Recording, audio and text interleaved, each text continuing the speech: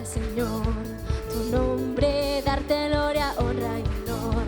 Por siempre bueno es alabarte, Jesús, y gozarme en tu poder bueno. Bueno, vamos a entrar en la palabra familia. Y bueno,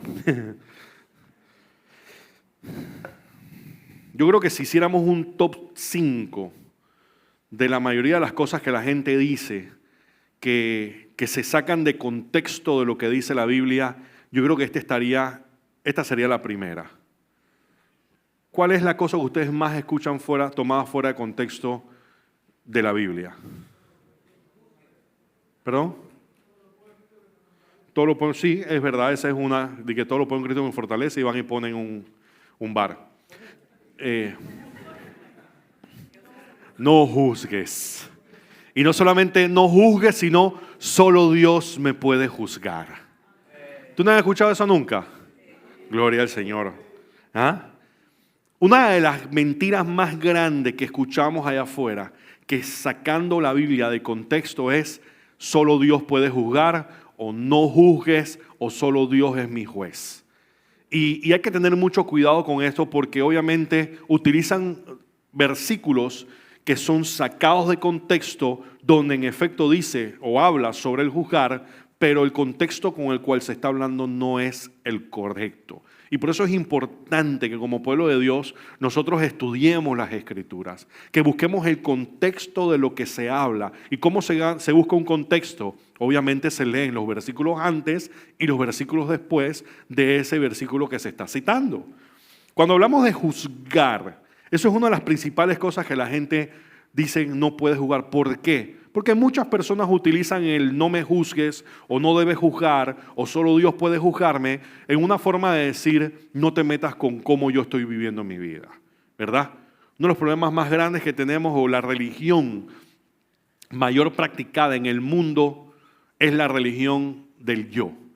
La gente toma un sinnúmero de religiones, saca lo que ellos consideran bueno de cada una de ellas y se arman su propia religión. Incluso todo el mundo te dice, yo tengo una relación con Dios a mi manera.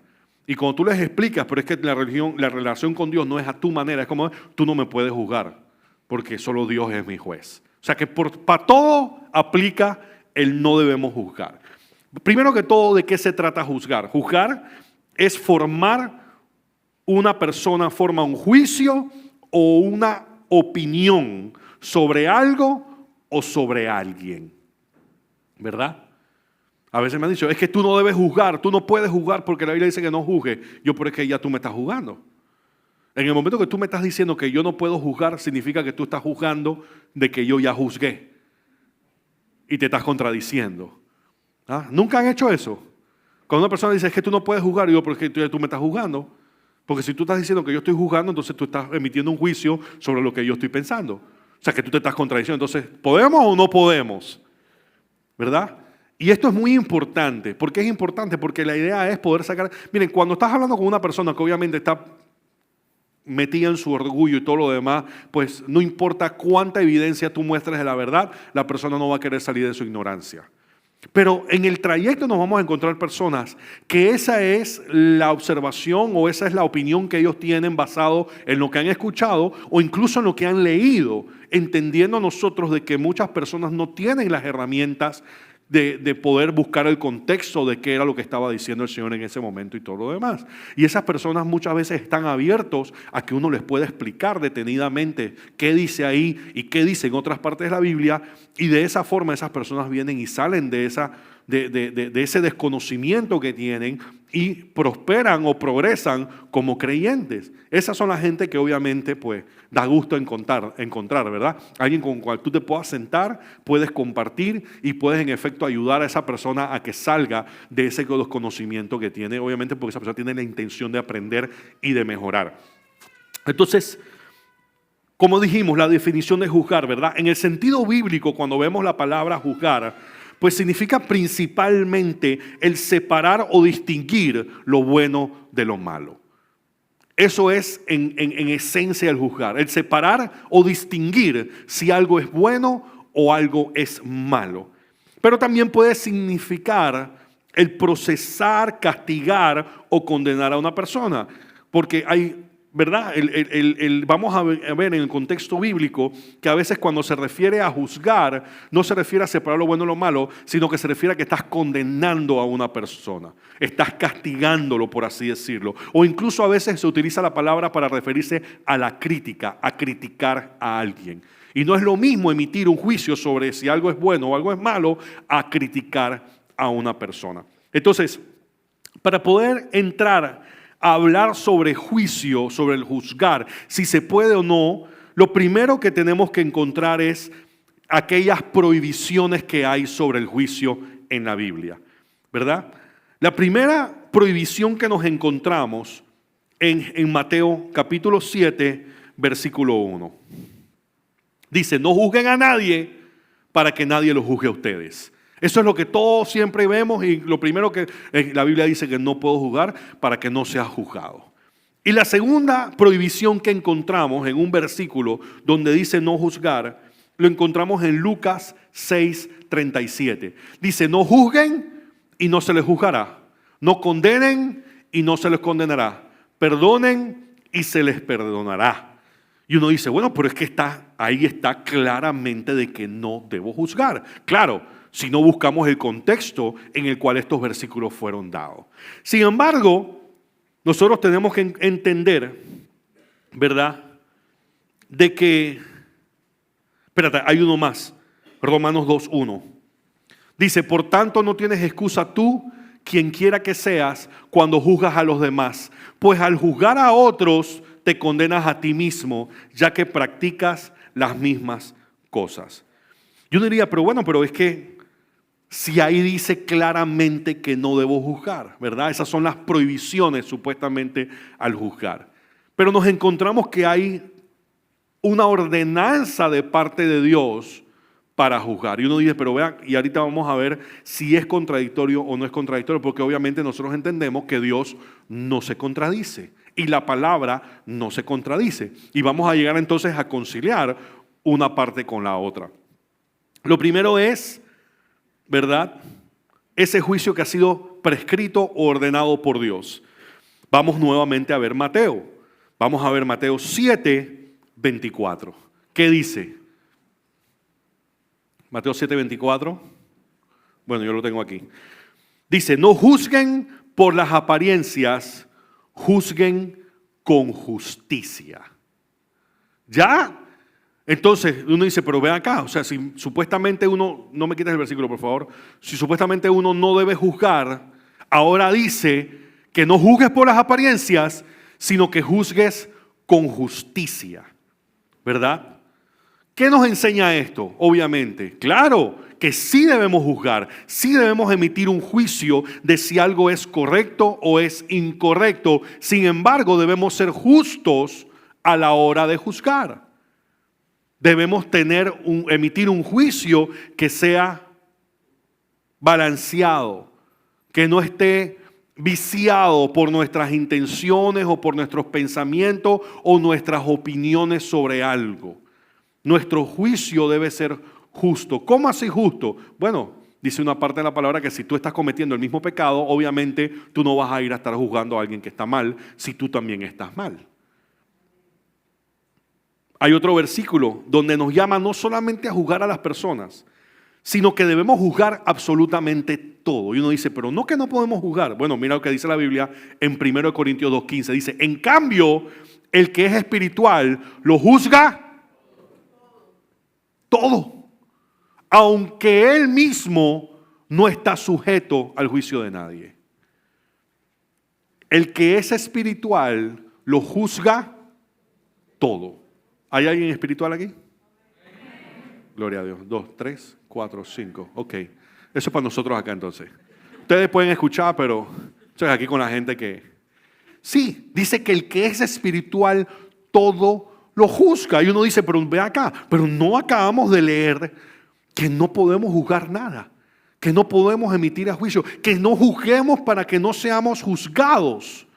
Claro.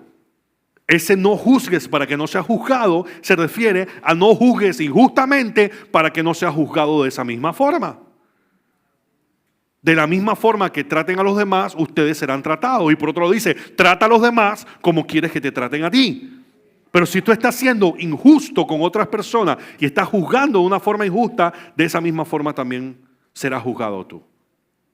Entonces aquí vamos viendo cómo la palabra, ¿verdad?, empieza a afirmar algo que para muchos es como que, wow, esto hasta hace poco. ¿Quiénes aquí, sinceramente, es primera vez que se están dando cuenta que la Biblia me manda a juzgar las cosas? Aquí hay una, ¿verdad? Porque estamos acostumbrados a él, no juzgues.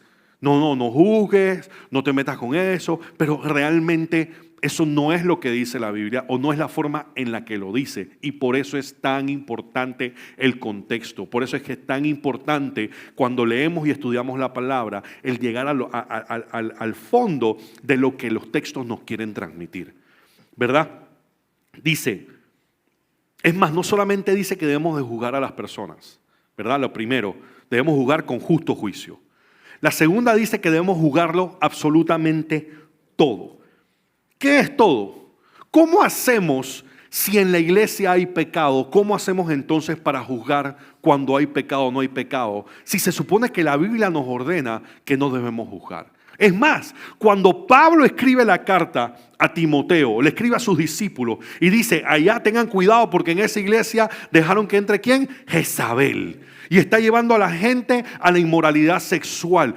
¿Cómo entonces Pablo está emitiendo un juicio sobre una persona adentro y sobre lo que está sucediendo en la iglesia si en teoría se supone que no debemos juzgar? ¿Verdad? Lo que él está haciendo es declarando las cosas que son incorrectas de las que son correctas y dando directrices de las medidas que se tienen que tomar. Pero para poder hacer eso, obviamente, él tiene que emitir un juicio de lo que es correcto y lo que es incorrecto. Ahí nos damos cuenta que obviamente el versículo que habla de no juzgar es un versículo que se ha sacado de contexto constantemente, llevando a la gente a un entendimiento incorrecto de lo que dice la palabra de Dios. Y si no podemos juzgar lo bueno de lo malo, entonces ¿cómo podemos decirle a las personas y predicarles el evangelio diciéndoles, papito, mamita, lo que estás haciendo está mal? Eso no es del agrado de Dios. Dios no te creó para que tú vivas ese estilo de vida. Dios no te creó para que vivas en miseria, vivas en pobreza, vivas en adicciones, vivas en esto, en violencia, en mentira, en corrupción, en esto y lo otro. Dios te creó para algo mucho mejor, con un propósito en mente de lo que tú harías, para que tu vida sea un testimonio de que hay un Dios de poder, hay un Dios grande, hay un Dios poderoso, hay un Padre que te ama y quiere lo mejor para ti. ¿Cómo podemos nosotros entonces decirle a alguien que está mal o que está en pecado si no podemos emitir un juicio? Papito, eso es fornicación. No me juzgues, solo Dios puede juzgarme. ¿Cómo le digo entonces? Es que la mentira es mala. ¿Y quién eres tú para juzgar? Si Dios es el único que juzga. Oye, mira, esta persona, ¿quién eres tú para decir que matar a alguien está mal entonces? Si solo Dios es mi juez. No, porque nuestro juicio y nuestra opinión de lo que es correcto e incorrecto parte de lo que Dios ya ha establecido, de lo que es su palabra y cuáles son, o cuál es la moralidad del Dios al que nosotros le servimos. Pero para poder distinguir entre lo bueno y lo malo, de lo que Dios ha establecido, que es lo correcto y lo incorrecto, yo tengo que emitir un juicio. ¿Cómo pudiera yo entonces o pudiese darle una consejería a alguien o darle una corrección o tú a tu hermano o a tu discípulo si ni siquiera puedes decirle las cosas que están malas porque no puedes juzgar? ¿Verdad? Entonces, en 1 Corintios 5, 9 al 12, miren lo que dice Pablo. Por carta ya les he dicho que no se relacionen con personas inmorales. Oye, ¿y Pablo cómo le está diciendo inmoral a toda esa gente si uno no puede juzgar? Solo Dios es el juez de esas personas.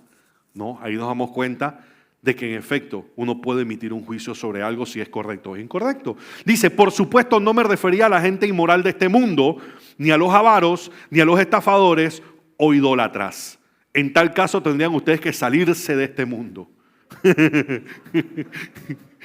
Dice, no se relacionen con esa gente, los inmorales. Y uno dice, bueno, y entonces no, si en el mundo, pero ¿cómo hago entonces? No, nos tenemos que salir del mundo, hay en cantidades. Dice, pero en esta carta quiero aclararles que no tienen que relacionarse con nadie que, y agarren esto, Porque tú sabes, para uno poder explicar una cosa o poder hablar de una cosa, pues tienes que leer un versículo que muchas veces también habla de otra. ¿Verdad?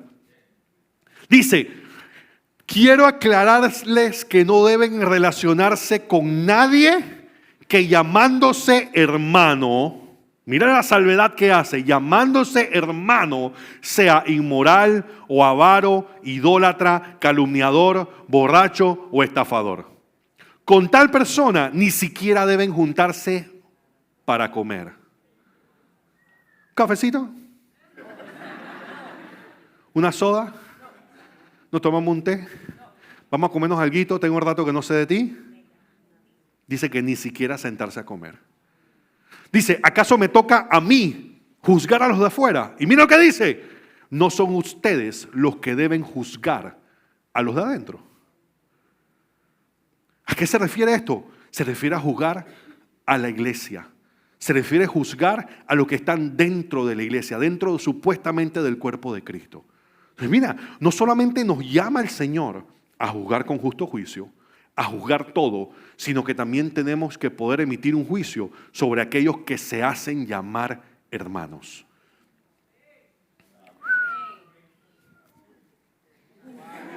¿Ah? No, hermano, que, papito, estás en tuco. Pero, ¿quién eres tú para juzgarme? Yo estoy diciendo lo que Pablo dijo. Dice Pablo, no nos toca a nosotros juzgar a los de adentro. ¿Para qué? Para poder decirte cuando estás mal, para poder decirte cuando estás equivocado, para poder decirte, papito, te estás perdiendo, ¿para dónde tú vas por esa vuelta? Eso no es así, eso no es lo que Dios quiere de ti, eso no es lo que Dios espera, eso no es lo que dice la palabra, estás en pecado. No, que estoy viviendo conmigo, estás en fornicación. No, que estás en adulterio, estás en mentira, estás en corrupción. ¿Por qué emito ese juicio? Porque estamos nosotros llamados a emitir ese juicio. Pero que conste, el juicio no se emite para denigrar a una persona o para condenarla. El juicio se emite para hacerle saber a esa persona que no está bien y que necesita volver a la senda antigua, al camino correcto en su relación con el Señor.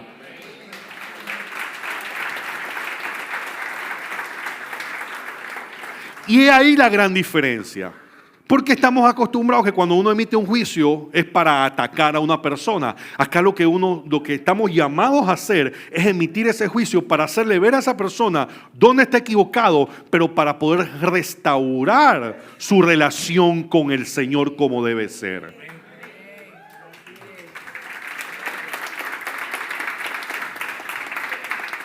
O sea, aquí el asunto no es decirte cuáles son tus problemas. Aquí es decir cuál es el problema y cuál es la solución.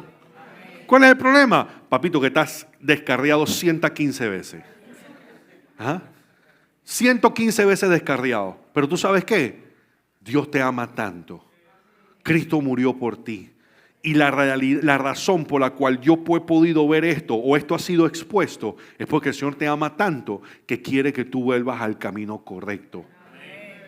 Y yo te amo y estoy aquí para ti y voy a orar por ti. Y estoy, tú sabes, y yo sé que Dios puede restaurarte si tú tienes el deseo. ¿Ves? O sea, la función o la idea de poder emitir un juicio, obviamente, dentro de la iglesia, la idea es para poder tratar de restaurar a esa persona, entendiendo que hay gente que no van a querer ser restaurada. O sea, entre un mar de ovejas, también hay un par de cabras por ahí. Sí, hay su par de cabras. El problema con la cabra es que nosotros no estamos llamados a pastorear cabra, estamos llamados a pastorear ovejas. ¿Verdad? La cabra, la oveja sigue, la oveja entiende. La cabra tiene que apedrar para poder que avance. Es diferente. Sí, es otro animal, es otra especie. Y nosotros no estamos llamados a las cabras, estamos llamados a las ovejas, ¿verdad? A los corderos. Entonces, la idea es esa, de que el juicio tiene un propósito, como todo lo que Dios hace tiene un propósito. Pero ¿qué nos dice la palabra? Que tenemos que estar dispuestos a emitir ese juicio. ¿Pero eso para qué? Para que tú te quedes y que, ay, mira fulano está mal, porque mira lo que está haciendo. Ve y dile. Que si Dios te ha demostrado eso, te ha revelado eso, no es para que tú te quedes dando vuelta con esa idea en la cabeza. Es para que vayas y confrontes a tu hermano y le digas. Para que tu hermano tenga la oportunidad de poder arrepentirse. Porque si no, entonces, ¿para qué Dios te lo revele? Para que tú sabes que fulano está en tuco. Para que tú digas, yo sabía que fulano estaba en tuco y le pongas un ganchito y ya. No, tiene un propósito. ¿El propósito cuál es? Que tú seas el instrumento por el cual fulano pueda arrepentirse y pueda restaurar su relación con el Señor. Pueda hacer las cosas bien. El problema es que nadie quiere ser ese instrumento. Todo el pastor. Pastor, dígale. Pastor, no sé qué, pastor. Pero ¿por qué tengo que ir yo? Si eso te tocó a ti. ¿Me explico? Porque hay situaciones en las cuales, no, pastor, es que mire que fulano, aguanta, ¿ya tú hablaste con fulano? No, entonces eso es bochinche. Yo no soy bochinchoso, no, pero el hecho que tú me estés comunicando a mí algo que tú no has hablado con tu hermano primero y le has dado la oportunidad que se arrepienta, espiritualmente hablando, según lo que dice la palabra, es murmuración, es bochinche. Entonces, ¿tú qué le voy a decir al diablo? Yo no soy bochinchoso. El diablo dice, no. No, eso fue a materia de información. Pero es que tú no entiendes que el diablo es más religioso que nosotros. Y de verdad. No es que mi intención, tus intenciones le importan un bledo a Satanás. Tú quieres saber de intención. ¿Qué pasó cuando el Señor envía y hace un arca? Y da una orden y dice, nadie puede tocar este arca. Ah, bueno, todo bien, todo chévere. Y viene David y la monta en un carro y la lleva de un lugar a otro. Y en eso, esa carreta va y se cae en un hueco y el arca se va a caer. Y viene Usía, se llamaba, ¿no? Usa. Sí. Usa, sacerdote. Y él dice, se va a caer el arca, yo la voy a agarrar. ¿Y qué pasa? Cae muerto. ¿Cuál era la intención que tenía este hombre? ¿Era buena o era mala? Era buena, ¿verdad? Era para que no se cayera el arca. Pero ¿qué era lo que Dios había dicho? Que nadie la tocara. O sea que él, en su buena intención, sin querer queriendo, lo que estaba haciendo era dar a entender que él podía sostener la presencia y la gloria de Dios. Y mira lo que pasa con nuestras buenas intenciones sin nosotros darnos cuenta, ¿verdad? Porque nosotros entendiendo al Dios a que le servimos, ese arca, mira, así se hubiera inclinado, no se iba a caer. Así estuviera flotando sobre la tierra, o baja un ángel, algo hubiese hecho. Pero este hombre mortal, imperfecto, creación, no era necesario, y menos desobedeciendo una orden directa que Dios había dado. Cuando la gente me dice, no, es que mi intención es buena, yo siempre los llevo a ese fragmento de la Biblia, para que nosotros entendamos qué Dios opina de nuestras intenciones. La desobediencia enmascarada en buenas intenciones sigue siendo desobediencia y es castigada por Dios. Entonces, no, pero es que Dios sabe, Dios conoce mi corazón. Eso es lo peor, que Dios conoce tu corazón. ¿Verdad? Porque justo no hay ninguno. Justo no hay nadie, solo Dios. Entonces, tenemos que tener mucho cuidado. Porque a veces uno viene, no, pastor, es que yo necesito, como usted es el pastor, yo tengo que hablar con usted. Aguanta. Ya tú hablaste con esa persona. No, lo que pasa es que a mí me da pena, o yo no quiero que me vean mal, o yo no quiero ser, pero es que no te tienen que ver mal si tú estás haciendo lo que dice la Biblia. Es más, dice la Biblia que si tú confrontas a tu hermano se arrepiente, dice que te has ganado un hermano, gloria al Señor por eso. Entonces no tengas temor a hacer, porque eso lo diseñó Dios, y Dios, ¿tú crees que Dios no sabe? Dios no es sabio suficiente para inventar un sistema en el cual la gente pueda atraerse nuevamente a una relación con Él como debe ser. ¿Tú crees que Dios falla en lo que...? Porque, no, es que si fulano se pone bravo contigo, entonces fulano es un orgulloso. Pero su sangre ya no está sobre tu cabeza. Porque ya tú dijiste lo que tenías que decir. Ya tú dijiste la verdad. ¿Ah? Como lo que dijimos la semana pasada, tú te imaginas que Moisés dice, yo no voy a hablar con el faraón, si el faraón no se va a arrepentir, el faraón no va a dejar ahí. Así que él iba y él obedecía. porque era lo que Dios le había dicho que él tenía que hacer. ¿Verdad? Entonces tenemos que tener mucho cuidado con sí. Tú tienes que emitir juicio. Tú tienes que diferenciar de lo que es correcto, lo que es incorrecto. ¿Pero para qué? ¿Para que agarres a fulano y lo rellenes como un chorizo? No, para que vayas en amor y hables con él y lo restaures a su relación con el Señor donde debe estar. Acuérdense que todo lo que Dios hace es con un propósito. Y ese propósito es que su nombre sea exaltado y glorificado. ¿Y qué más exalta más al Señor, glorifica al Señor, que un pecador arrepentido? Entonces, debemos juzgar el pecado dentro de la iglesia. Debemos estar dispuestos a juzgar o a emitir un juicio de si nuestros hermanos están en lo correcto o en lo incorrecto. A mí a veces me llega la gente, pastor, es que usted dijo esto. El otro día tuve una discusión con las personas en un post porque yo a veces utilizo la frase, incluso Pastor Jordan, nosotros utilizamos, el diablo también bendice. Y la gente dice que el diablo no puede bendecir, solo Dios bendice, no sé qué, y es como que, ok, aguanta. Primero que todo, hay algo que se llama sentido figurado. Sentido figurado es utilizar una palabra que tiene un significado distinto para dar a entender un punto o una idea.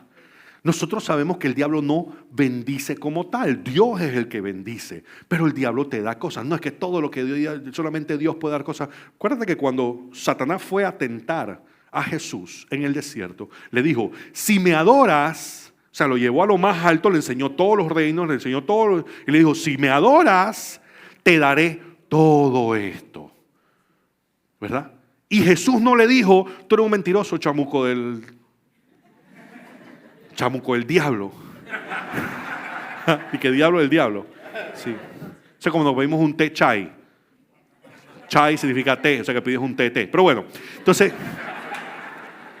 él no le dijo, tú eres un mentiroso, Satanás. Nada de eso es para ti dar. No.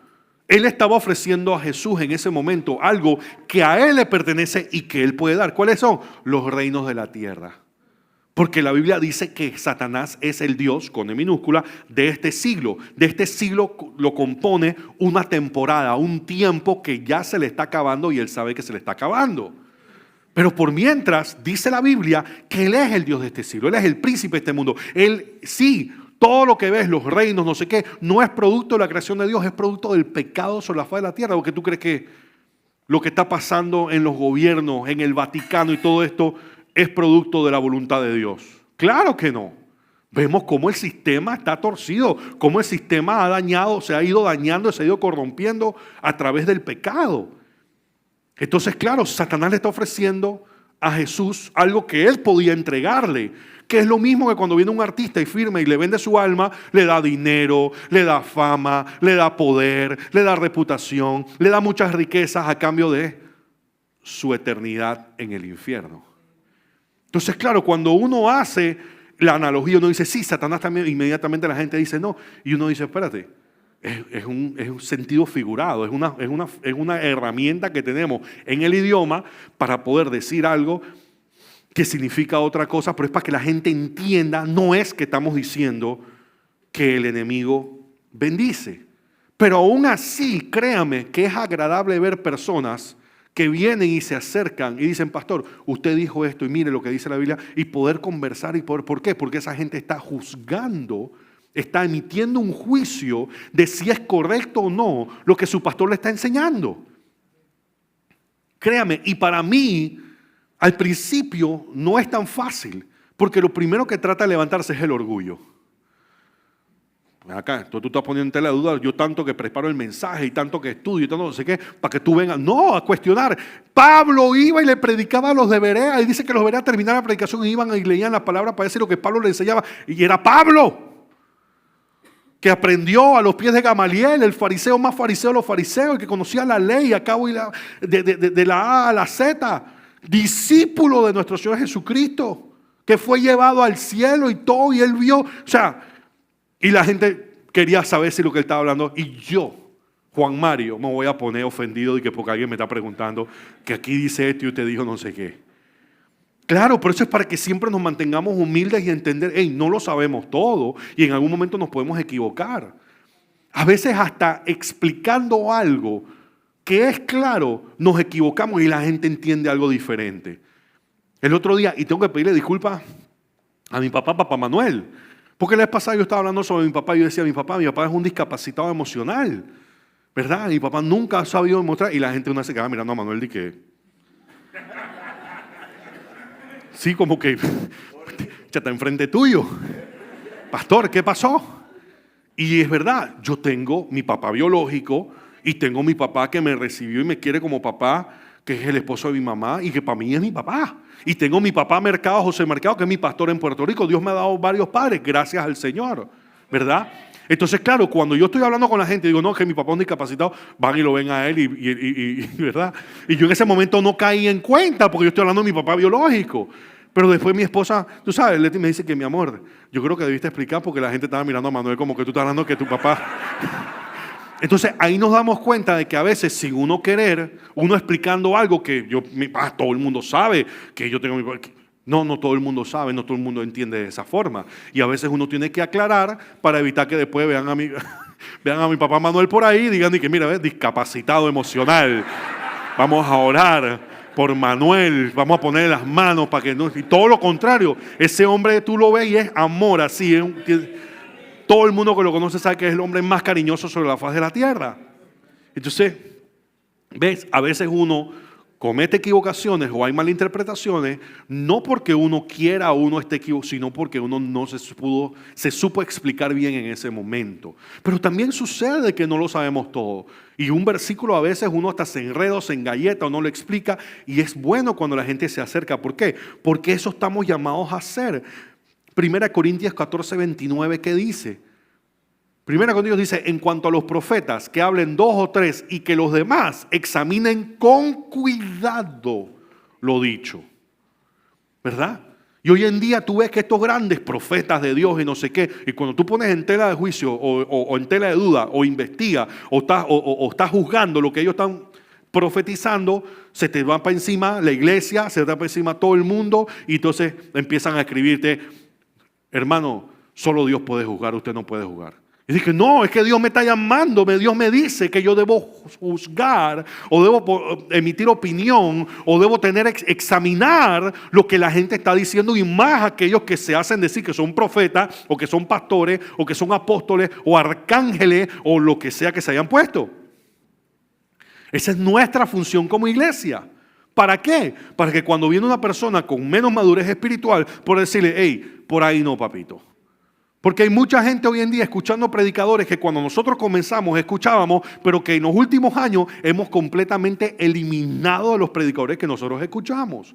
Pero hay muchas personas que llegan nuevos a los pies de Cristo y están escuchando a esos predicadores. ¿Por qué? Porque esos son los que más renombre tienen, los que más nombre tienen, porque te salen los estatus por ahí y tú empiezas a escuchar a una persona y después resulta que estás en error. Has estado recibiendo una doctrina que no es la correcta. ¿Pero es por qué? Porque esos son los más populares. Porque no pusiste o no examinaste lo que ellos estaban hablando. Porque yo te garantizo, todos los que estamos aquí, si nosotros tomamos el listado de los predicadores, los pastores, los que más escuchamos, y los sometemos a un examen riguroso de la palabra de Dios, las predicaciones que ellos están hablando, yo te garantizo que tu playlist se va a reducir. Y te lo digo yo. ¿Y por qué lo dice usted, pastor? ¿Por qué? Porque yo antes escuchaba a mucha gente y ahora escucho muy pocos. Porque la realidad es que encontrar un pastor o un predicador hoy en día que predique una sana doctrina y predique lo que dice la palabra del Señor es como buscar una aguja en un pajar. Lastimosamente, esa es la realidad. Y eso sin poner ni siquiera ponernos a ver de que si hay uno que sí, este pastor, el 80% de lo que dice estoy de acuerdo, pero hay un 20, un 10% no estoy de acuerdo. Bueno, si no son temas que son importantes para la salvación, pues desecha lo malo y absorbe lo bueno. Porque es imposible, es casi imposible encontrar pastores que 100% están de acuerdo con todo lo que tú piensas. Dentro del cuerpo hay diferencias, ideas sobre algunos temas.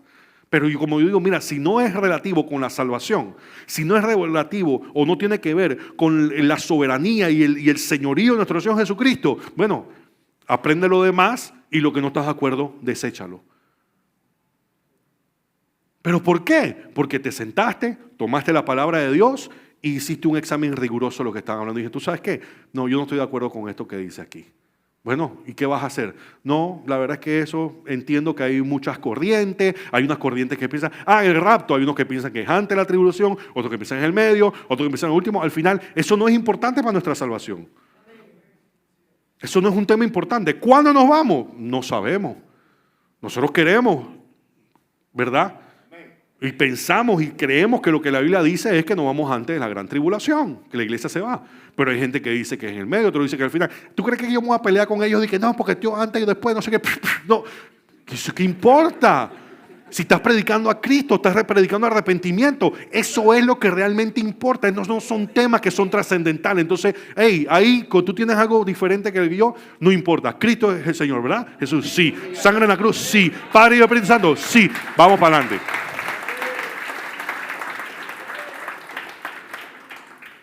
¿Verdad? Entonces, vamos a encontrar que hay diferencias incluso dentro del cuerpo. Que estos bautizan en el nombre del Padre, del Hijo y del Espíritu Santo. Y nosotros bautizamos en el nombre de Jesús, así que yo no quiero que hables con esa gente. En serio. Eso es lo que tú tienes tu mirada puesta. No, porque la Biblia, los apóstoles decían que era el nombre del Padre y del Espíritu Santo. Y después Pedro dijo en el nombre de Jesús. Y entonces, Pedro estaba equivocado. Jesús dijo en nombre del Padre, sí, pero él estaba ahí. Pedro estaba ahí con ellos. Jesús no va a decir, bauticen en el nombre mío. Él todavía no había resucitado.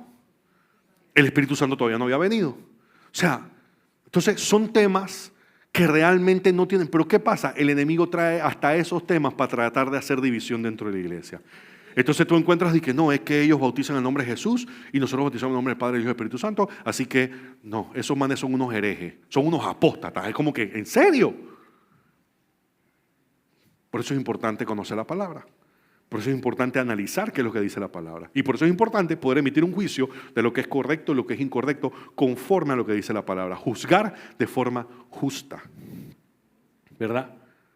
Miren ustedes, debemos hasta de juzgar las disputas entre los hermanos. Ustedes saben que en los tiempos de antes era mal visto que dos personas que se consideraban creyentes trajeran sus disputas a las autoridades locales.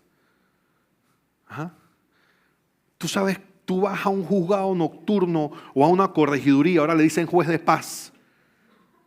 Pregúntale a un corregidor, a un juez de paz, cuántas denuncias y cuántas disputas tienen entre cristianos, para que tú veas.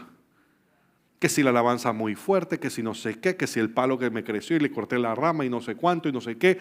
Eso no fue para que nosotros trajéramos nuestras disputas a la justicia humana. ¿Qué testimonio le estamos dando a la gente del mundo cuando nuestros revoluces tenemos que irlos a arreglar en esa, cuando no lo podemos arreglar nosotros conforme a lo que dice la palabra? Miren lo que dice aquí. 1 Corintios 6:5. Digo esto para que les dé vergüenza. ¿Acaso no hay entre ustedes nadie lo bastante sabio para juzgar un pleito entre creyentes?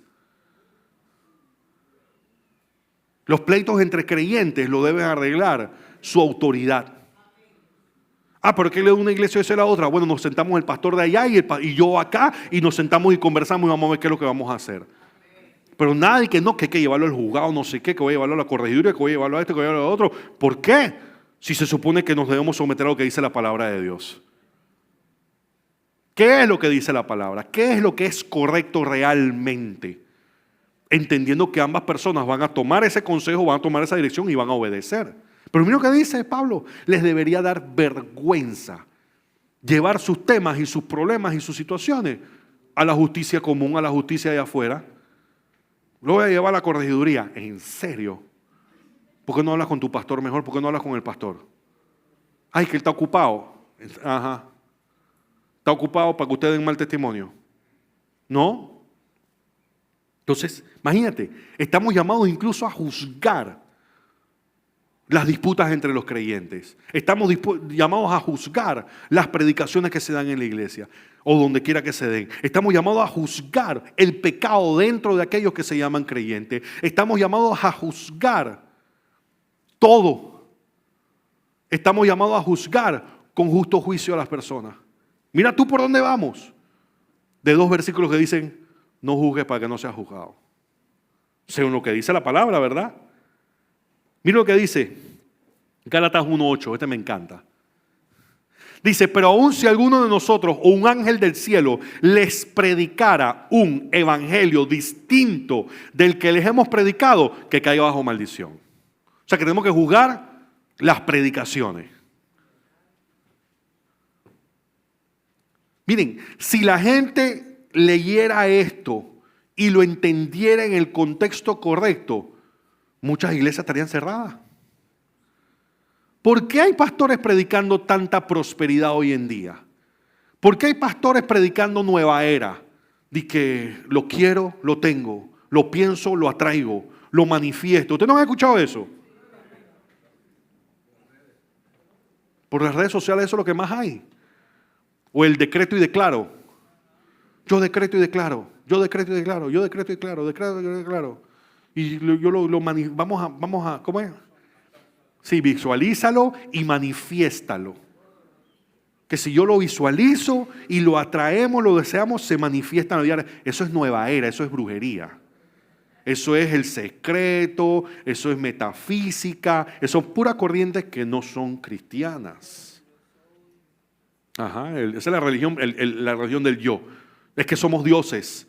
Y como Dios con la boca, y entonces el poder de la vida y la muerte está en mi boca, así que, sí, pero aguanta, el poder de la muerte es para maldecir y para bendecir. No para tú decir, Audi Q5 del 2024, ven a mí. Oh, wow, mira, gloria a Dios. El poder creador que Dios ha puesto sobre nosotros. No, eso no funciona de esa manera.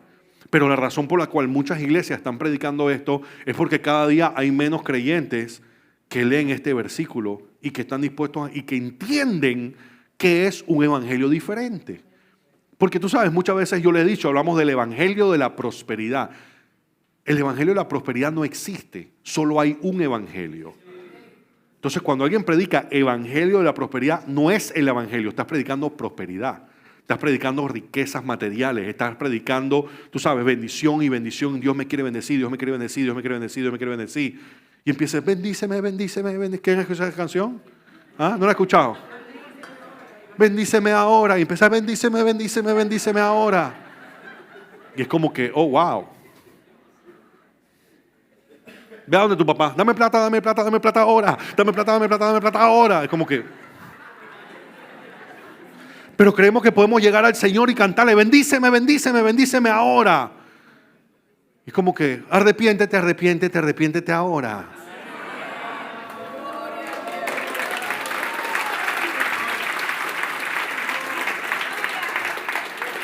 Sí, porque cuando tú tienes temor verdadero de Dios, a ti no se te ocurre venir y que bendíceme, bendíceme, bendíceme ahora. Es como que, en serio, eso es lo que tú le estás cantando a Dios. Esa es tu alabanza para el Señor.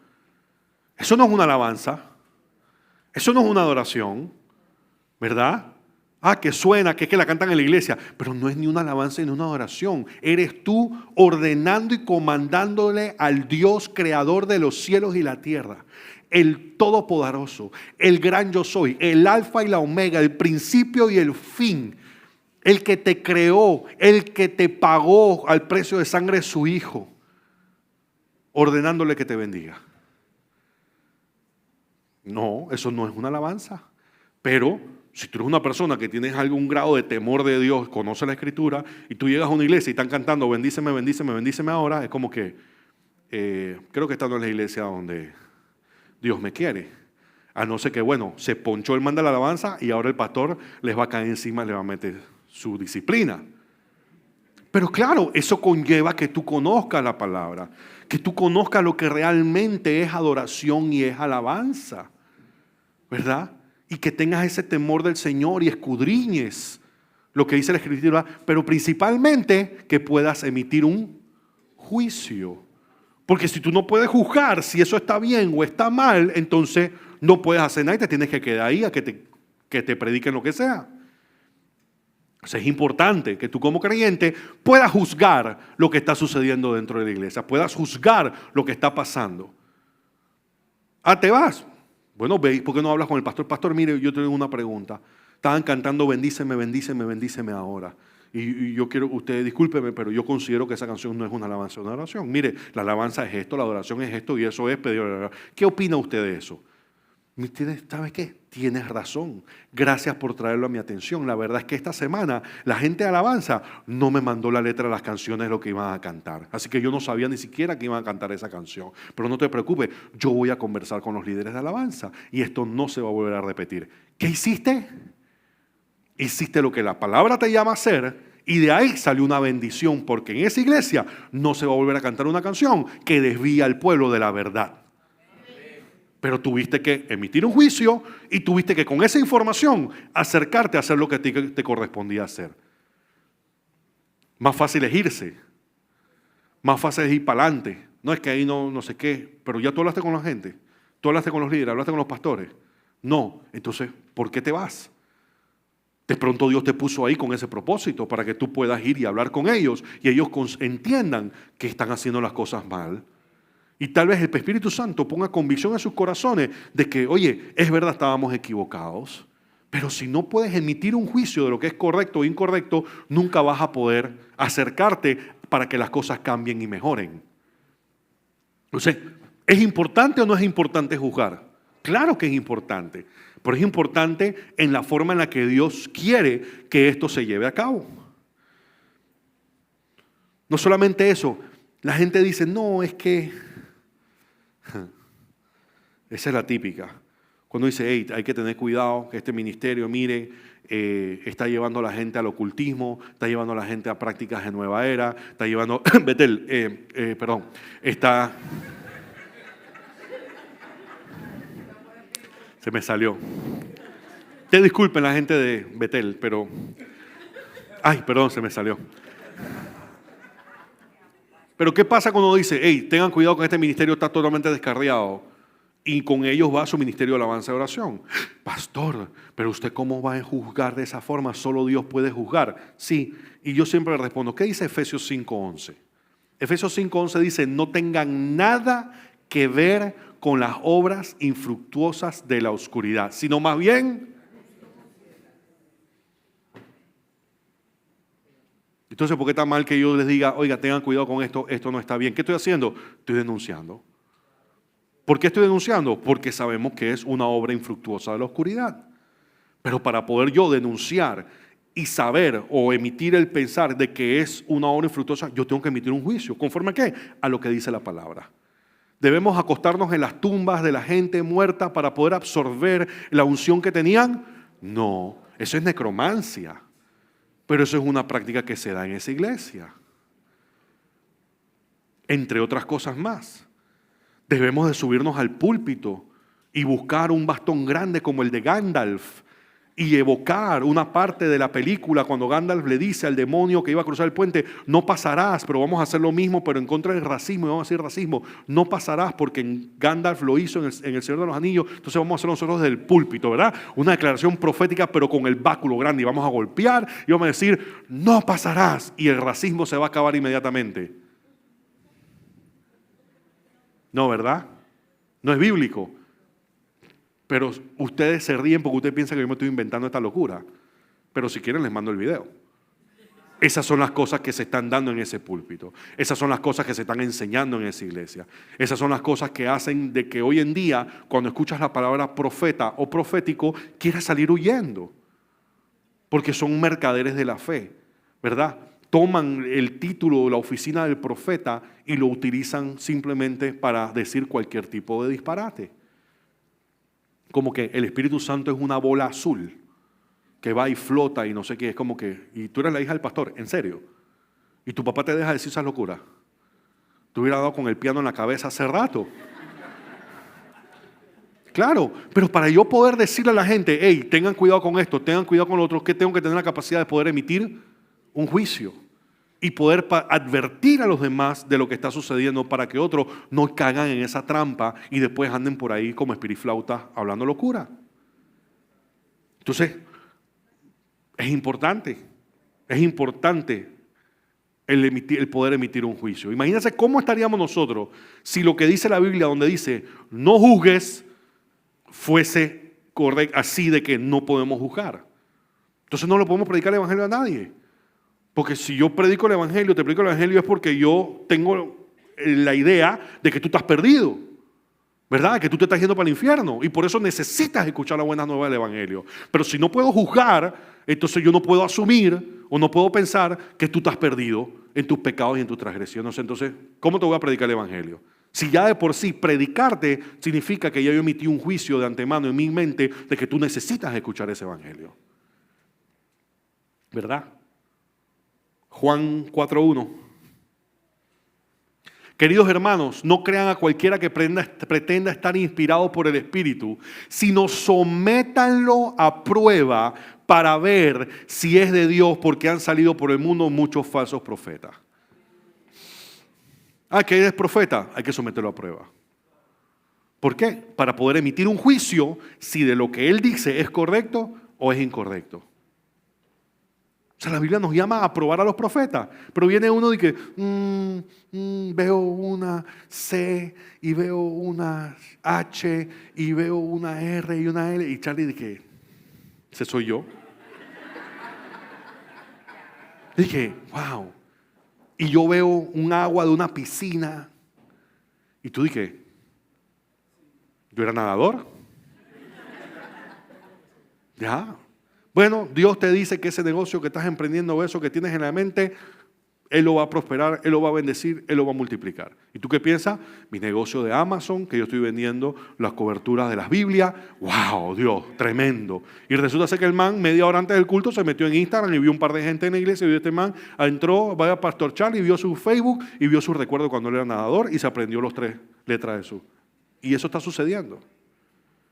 Eso está sucediendo. Gente que son mentalistas o que tienen una destreza o un don manipulando las ideas de la gente y las iglesias los llevan y dicen que son profetas y ellos se hacen llamar profetas. Y es lo que yo digo, mira, si la adivina que sale en el libro de Hechos que corretea a Pablo y al otro diciendo existiera hoy en día, fuera la profeta de alguna iglesia. Y ella era un espíritu de adivinación. ¿Pero por qué pasa eso?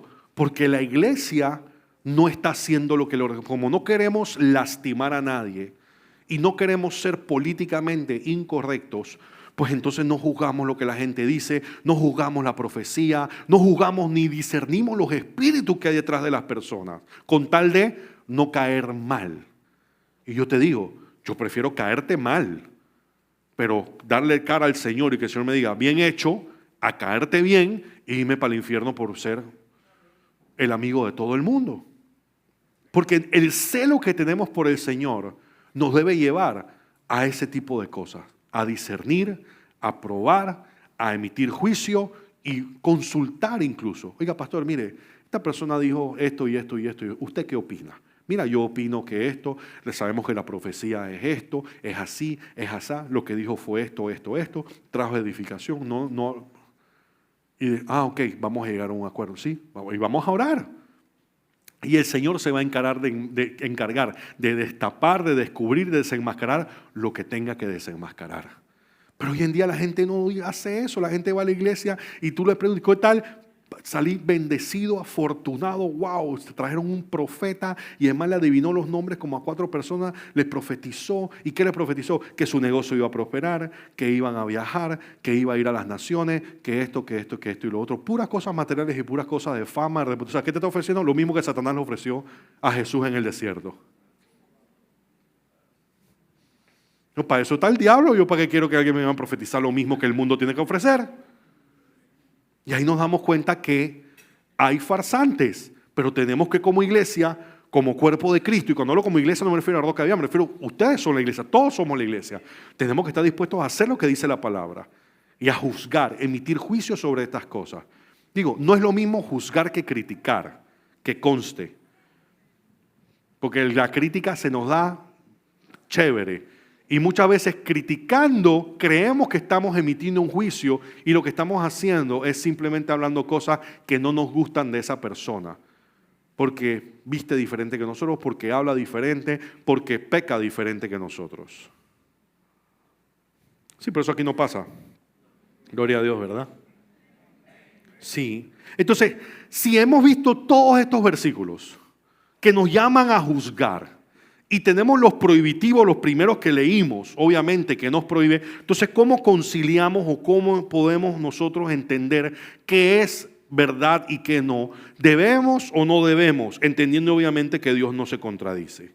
Pues bueno, tenemos que entender de que el juicio tiene que ser justo y tiene que ser verdadero. O sea que nuestro Señor Jesús, cuando dice no juzguéis para que no seas juzgado, obviamente en su mente tenía el corazón que había, o la mente, o en el propósito que había en esa actitud de juicio, ¿verdad? No juzgues para que no seas juzgado. ¿Qué significa? Que así mismo como juzgas será juzgado. Cuando se refiere a sí mismo como juzgues será juzgado, no se refiere a que vas a ser juzgado porque juzgaste, sino que de la misma forma que tú emitiste ese juicio, de esa misma forma otros emitirán juicio contra ti, injustamente, obviamente hablando, ¿verdad? Ese es el contexto en el que esto ha sido dado. Mateo 7 del 1 al 5 dice con más claridad: no juzguen a nadie para que nadie los juzgue a ustedes, porque tal como juzguen, se les juzgará. Y miren, aquí incluso especifica más todavía: y con la medida que midan a otros, se le medirá a ustedes. ¿Por qué te fijas en la astilla que tiene tu hermano en el ojo y no le das importancia a la viga que está en el tuyo? ¿Cómo pueden decirle a tu hermano, déjame sacarte la astilla del ojo cuando ahí tienes una viga en el tuyo? Hipócrita, saca primero la viga de tu propio ojo y entonces verás con claridad para sacar la astilla del ojo de tu hermano. ¿Cómo puedo yo estar en pecado y venir digo, sabemos que ante los ojos de Dios todos los pecados son pecados, ¿verdad? Todo es pecado. Pero por ejemplo, es que el hermano qué sé yo. Sí, es que la imaginación, después voy y digo, tú sabes, ¿no? Entonces, pero sí, o sea, mira, muchas veces las personas que son más rígidas con el pecado es porque ellos mismos están en pecado. Sí, porque el Señor nos muestra que con el pecador hay que tener misericordia. Hay que ser misericordia, hay que amar, ¿verdad? Entonces, imagínate que yo estoy robando y viene un hermano y me dice, pastor, es que tuve un desliz y me besé con mi novia. Y es como que, ¿cómo se te ocurre? ¿Qué te pasa? La pureza, no sé qué. Pero yo tengo aquí plata en mi bolsillo que no pertenece. Yo estoy robando, ¿verdad? O sea, ¿cómo yo voy a condenar a esta persona? ¿Te equivocaste? Bueno, hermano, tienen que tener cuidado. Yo les dije a ustedes que tienen que tener cuidado. No pueden estar juntos. Tienen que hacer las cosas correctas para poder honrar al Señor. Ustedes quieren honrar al Señor con sus cuerpos. Ustedes quieren que el Señor bendiga esa unión. Y ya de salida, tú sabes, ¿estás sirviendo? Bueno, cojan un break, pero ¿es para qué? Para que se metan con el Señor. Porque obviamente la carne está, tú sabes, ya huele a barbecue. Entonces, cogen un break. Si estás sirviendo, métanse con el Señor, no sé qué, traten de no estar juntos. No sé. Ok, pero vengo yo y digo, sí, fulano, tú estás en disciplina hasta que yo me acuerde, porque ustedes son unos impuros, ustedes son unos fornicarios, es lo que son, porque ya en el corazón cuando la besaste seguro que la deseaste, así que tú, pero yo soy un ladrón. No sé si me explico, así es a lo que se refiere. Una persona que viene y trae, bueno, sí, cometió una falta. Ese es como el hombre que Dios le perdona los millones, el rey le perdona millones de dólares en deuda y viene y saca y coge uno por el cuello porque le debía 1,000, ¿verdad? Y después va y lo llama, dice, ven acá, yo te perdoné a ti una deuda inmensa y tú tienes al otro agarrado por una pequeña. O sea, ¿qué moral tienes tú para estar reclamando algo cuando tú me debías aún mucho más? Entonces, nosotros tenemos que ser justos, obviamente, en la forma en la que tratamos a las personas y en la forma en la que emitimos ese juicio. Que si yo estoy en tuco, como yo primero tengo que arreglar mi vida antes de poder entonces emitir un juicio correcto sobre una persona cometió una falta o no cometió una falta. Pero al final del día estamos llamados a tener misericordia con la gente. Estamos llamados a tener gracia. La misma gracia que Dios nos ha extendido, nosotros tenemos que extendérsela a las personas. Porque todos en algún momento vamos a caer, todos en algún momento vamos a fallar. Y yo quiero que aquí los que son mentores, los que son líderes, los que en algún momento han emitido un juicio contra alguien que ustedes saben que han sido rígidos y han sido fuertes, ustedes esperan exactamente eso para ustedes en el momento que ustedes cometan un fallo o se equivoquen. Yo estoy seguro que no. Es más, muchas veces lloramos o decimos, wow, de verdad que el amor de nuestro Señor, mira cómo el Señor siempre nos perdona aun cuando nos equivocamos. Pero entonces viene alguien y nosotros queremos metérselo en la cabeza. Cuando Dios nos ha perdonado tanto, cuando nosotros no merecemos ese perdón y cuando Cristo también murió por esa persona. Entonces el juicio tiene que ser hecho de una forma justa. Tenemos que tener misericordia con las personas, pero lo que es correcto y lo que es incorrecto es incorrecto. Y tenemos que estar dispuestos a hablar y decir la verdad. ¿Para qué? Para restaurar a las personas a esa relación con el Señor que deben de tener. ¿Verdad? Porque al final del día, el estándar para emitir un juicio es la palabra del Señor. El que me rechaza y no acepta mis palabras, dice Juan 12:48, tiene quien lo juzgue. La palabra que yo he proclamado lo condenará el día del final. O sea que el estándar es lo que la palabra de Dios dice. No lo que yo pienso que es correcto, no lo que yo pienso que es mejor, sino lo que Dios dice como debe ser, lo que es correcto y lo que es incorrecto. Porque al final entendemos que Jesús condenó la actitud de minimizar los pecados nuestros mientras se maximizan los pecados de los otros, como hacían los fariseos, ¿verdad? Ellos estaban predicando doctrina de demonio, tenían a la gente enredada, estaban buscando asesinar a Jesús. Sin embargo, querían entonces criticar a Jesús porque los discípulos recogían espigas el día de descanso. Querían venir a Jesús porque tú estás pecando, porque hoy es día de descanso y sanaste la mano de un tipo que estaba seca hace no sé cuántos años, lo sanaste y hoy no podía sanar. Y ellos estaban metidos en un sinnúmero de situaciones, pero querían juzgar a Dios.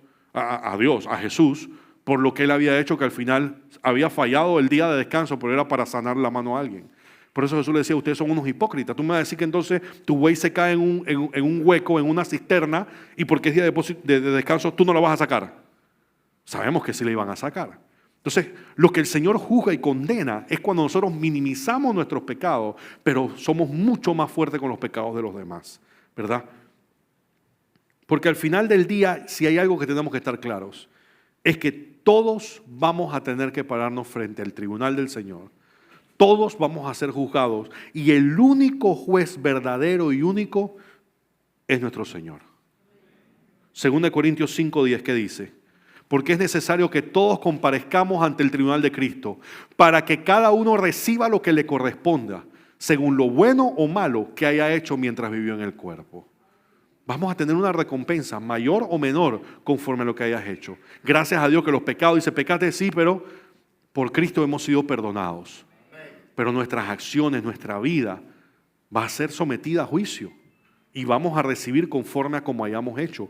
Eso es una realidad. Por eso tenemos que tener cuidado. Por eso es que dice la palabra que así mismo como tú juzgues, serás juzgado. No solamente en esta tierra, sino cuando comparezcas ante el tribunal.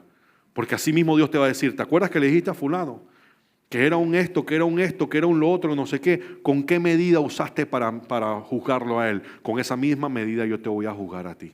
Con esa misma rigidez, con esa misma intolerancia, con esa misma falta de misericordia, yo te voy a juzgar a ti en las faltas que has cometido. Porque ese es el estándar que tú impusiste, no el de mi palabra, no el de mi Hijo Jesús, que murió y que aún muriendo en esa cruz, aún siendo crucificado, decía, perdona a los padres porque no saben lo que ellos están haciendo. Esa es la misericordia que tenemos que tener. Entonces, todos estamos llamados a juzgar, pero estamos llamados a juzgar por las razones correctas. Esto no es ahora para que salgamos de aquí y que no tú eres un ignorante. No, sino para que nosotros maduremos espiritualmente hablando y para que entendamos de que hay partes de la Biblia que han sido sacadas de contexto. ¿Para qué? Para que exactamente el pueblo de Dios esté ciego, esté mudo, esté sordo, esté inválido, esté amarrado de manos por algo que ni siquiera dice la Biblia. Estamos llamados a juzgar, pero con justo juicio, con misericordia y con la gracia que nos ha sido extendida a nosotros para que ahora nosotros la extendamos a otros. ¿Amén? Amén. Demos un aplauso al Señor. Vamos a ponernos de pie, familia.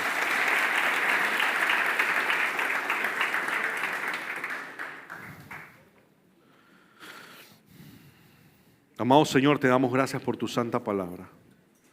Y te damos gracias, Señor, porque siendo tú el juez perfecto, siempre despachas gracia y misericordia para nosotros, tus hijos. Ayúdanos, Señor, a que podamos mirar a otros con esa misma misericordia y con esa misma gracia. Que podamos ser portadores de tu amor para todos aquellos que nunca han podido experimentar ese amor, Señor. Padre, porque 7 veces caerá el justo y 7 veces, Señor, tú lo levantarás. Ayúdanos, Padre, a que todo esto sirva para que podamos levantar a otros y podamos ayudarlos a afirmarse en Cristo, que es nuestra roca. En el nombre de Jesús. Amén y amén. Gloria al Señor. Si has escuchado este mensaje, estamos seguros que así el Señor lo ha permitido, no por coincidencia, sino porque quiere darte la oportunidad de que tomes la decisión más importante de tu vida. La palabra es muy clara y dice que porque todos hemos pecado, hemos sido destituidos de la gloria de Dios. Pero la Biblia también dice que de tal forma amó Dios al mundo que envió a su único Hijo para que todo en el que Él crea sea salvo y no se pierda.